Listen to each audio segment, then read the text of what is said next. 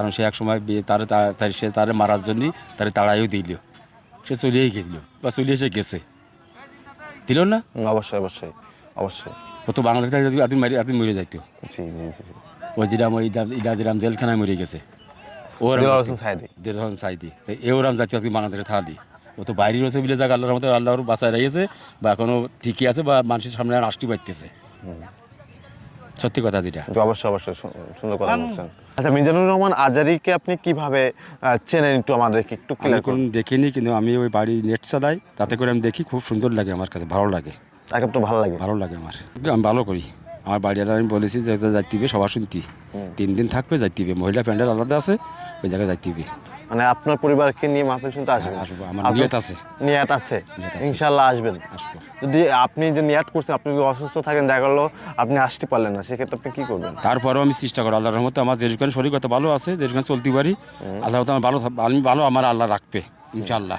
ইনশাল্লাহ ইনশাল্লাহ। আচ্ছা, আপনি এখানে এত আগ্রহ দিয়ে কেন আসছেন? যদি এখানে মিজানুর রহমান আজারী যদি না আসে, অন্য কোনো বক্তা যদি আসতেন, তাহলে কি করতেন? তারপরে করতাম, কিন্তু এরপরে মেলা ভালোবাসার সাথে খুব ভালো লাগে, মানে খুব ভালোবাসা, খুব ভালো লাগে, খুব ভালো লাগে। আমি বাড়ি ফেসবুকে চালাই রাত্রি, ভালো লাগে আমার এবার শুনতে। কার আওয়াজ শুনতে ভালো লাগে? এই আজহারুলির, মিজানুর রহমান আজারী। আজহারী। আপনি দর্শক শ্রোতা, ইনি আছে গ্রামের সহজ সরল একটা মানুষ।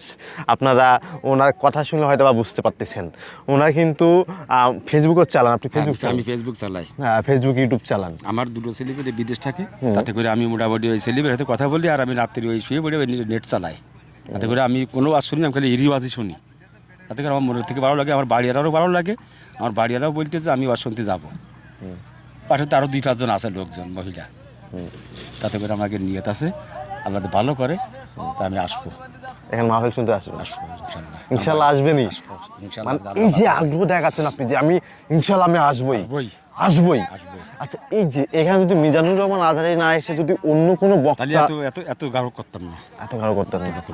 শুধুমাত্র মিজানুর রহমান আজারী আসবেন বলে এই জন্য এত আগ্রহ আপনার, তাকে একটা নজর দেখবেন আপনি। মানে এত বছর আপনি ফোনে দেখছেন, হ্যাঁ, আজকে তাকে মানে 3 তারিখে তাকে সরাসরি আমি দেখবো, তাকে আপনি দেখবেন। আচ্ছা আচ্ছা, মিজানুর রহমান আজারীর কোন কোন কথা আপনার খুব ভালো লাগছে আমাকে একটু ওই বলবেন? যে আপনার ওই মানে ও ওয়াজ করতে ওই যে নামাজ শিক্ষার কথা বলে, যে কোন ওক্ত নামাজ পড়িয়েতে কোন দোয়া দুরুদ পড়তে হয়, এইগুলো ভালো লাগে। নামাজের শেষে যে কটা কিছু শুরু আছে, ওই যে দোয়া দুরুদ আছে, এগুলো পড়তে হয়, তাও বলি দেয়, সেভাবে আমিও সেইভাবে আল্লাহর মতে আমল করার চেষ্টা করি, ওই শুনি। না, ওনার কথা শুনে আপনি সেভাবে আমল করেন? আমল করার চেষ্টা করি, চেষ্টা করেন কথা। মানে তার কথা শুনে যে আপনি যে চেষ্টা করেন, বাট আপনি যে আল্লাহর কাছে চান, আপনি পেয়েছেন কিনা? তা আল্লাহর কাছে না চালি, এখন সত্যি কথা বলতি, এখন এখানে বলতে আসছে আমার কোনো কিছু না, আমার খালি 4 হাত পা, কোনো কিছু না, খালি 4 হাত পা, মাঠে 1 শতক জমি নেই। তা আল্লাহর রহমতে আমার 2 সন্তান, 2 ছেলেমেয়ে বাইরে থাকে, আমি তাতে করে আমি আল্লাহর রহমতে আমি বহুত কিছু আগুয়েছি। বাড়ি একটা ফ্ল্যাট বাড়ি করেছি, টাইস দিয়ে, ছেলেমেয়ে এখনও বাইরে আছে, তারপরেও আমার মানুষের মধ্যে বেড়ায়নি অভ্যেস, তাই আমি এই কর্ম করে বেড়াই।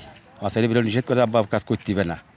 যদি মানুষ শোনে যে আপনার 2 ছেলেমেয়ে বিদেশ, তাহলে আপনার মানুষ আপনার কি খারাপ করবেন? আমি কেন ভালো মন্দ আমার দেওয়ার দরকার নেই, আমার কর্ম মানুষের মধ্যে থাকা অভ্যেস, তাই আমি করে বেড়াই। কাজ কোনো রাজ ছোট না, না, তারপর ছোট হোক বড় হোক আমি ওইটা মনে করিনি। আমার এই আপনার সাথে বেড়াতে, আপনার সাথে মিষ্টি আমার ভালো লাগে, তাই আমি বেড়াই।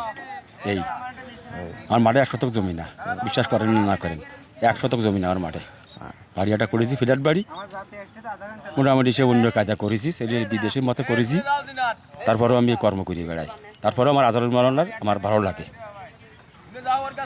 এই যে ওয়াজ যা শুনি, তাতে যা বলে, তাতে আমার খুব ভালো লাগে, খুব ভালো লাগে, খুব ভালো লাগে আমার। যশোরের মাটিতে মিজানুর রহমান আজারী আসবেন, আপনি তাকে দেখবেন, হ্যাঁ, মিজানুর নিয়ত রহমান আছে। নিয়াত আছে, তার উদ্দেশ্যে আপনি কি বলতে চান? তা বলতে আর আমার হতে বলার কিছু নেই, আমি আমার দেখবো, আসার নিয়ত আছে, এইটাই আমার কথা। এটাই আপনার কথা? মানে এখন দেখা হলো মিজানুর রহমান যে কোনো কারণবশত, আল্লাহ না করুক, দেখা হলো আসলো না, আল্লাহর রহমতে মিজানুর রহমান যদি ওর নিঃশ্বাস থাকে যে, তাহলে ওই ইনশাল্লাহ এই মাঠে পৌঁছবে, এরকম বল আছে। ভালো আছে। আল্লাহ যদি তাকে যদি বাঁচায় রাখে, যদি নিঃশ্বাস থাকে, তাহলে এই মাঠে পৌঁছবে, আসবেই আসবেই আসবেই, মানে ও আসবে, আসবেই। আচ্ছা, তাকে দেখার পরে আপনারা কি তাকে মানে তার কাছে যাইতে চাবেন কিনা, বা তাকে ছুঁতে চাবেন কিনা? হাতে হাত মিলেবো, তাতে তোমাকে সেই সুযোগ আমরা পাবো না, কিছু আমাকে দেবেও না। আর দেখেন অনেকেই আছেন যে মনে করেন যে তাকে পাওয়ার পরে কিন্তু তাকে দেখার পরে কিন্তু তার কাছে চলে যায়, এতে কিন্তু সে কিন্তু মনে করেন যে ক্ষতিগ্রস্ত হতে পারে, সমস্যা পড়তে পারে। না, এমন কোনো কাজ আমাদের করা যাবে না। ওর হাতে হাত মিলাতে আর ওর দেখার জন্য যদি জীবনও চলে যায়, অনেক আছে যে জীবনও চলে গেলে তাও পাচিবে না, না সে সামনে মাগবে। বলতে যে ওর হাতে আপনার হাতে হাত মিলে দিতে আমার জীবন চলে যায়, তাও না যাক, তা তো মানুষ বলতে পারবে যে না ওর হাতে হাত মিলিয়ে গেছে, মরে গেছে ভালো, মরে গেছে তাও মিলিয়ে গেছে। এত ভালোবাসা তার প্রতি।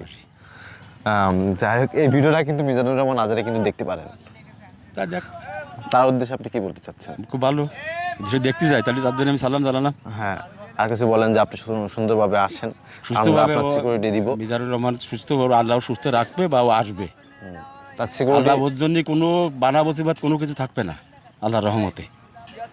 আমার বুকে বেড়ায় বল আছে।